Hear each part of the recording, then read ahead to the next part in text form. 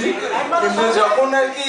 উনি ক্লাস নিতে আসেন ফার্স্ট দিন আমাদের মানে 5th সেমিস্টারে, সেটা 3rd ইয়ারের first same, Nandita ma'am first পড়ানো শুরু করলেন, বললেন যে তোমাদের তোমাদের ফার্স্টে পাওয়ার ইলেকট্রনিক্সে থাইরিস্টরটা আছে, এটাই পাওয়ার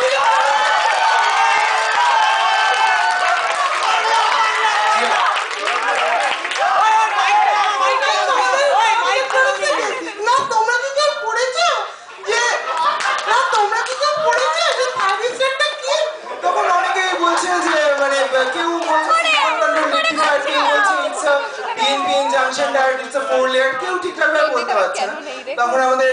নন্দিতা ম্যাম বলছে তোমরা কি পড়াশোনা করো না, আমরা যখন কলেজে যেতাম তখন আগে একটা হোমওয়ার্ক করে যেতাম।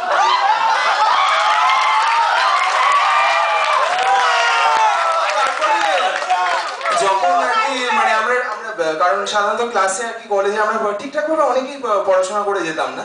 যাই হোক তখন আর কি নন্দিতা ম্যাম বলতো তোমরা পড়ছো না কেন, আমি তোমাদের পিছনে কত কাটছি, আইভি ক্যারেক্টারিস্টিক্স কিছুই তোমরা বলতে পারছো না, সেমিস্টারে তোমরা কত মার্কস এক্সপেক্ট করো,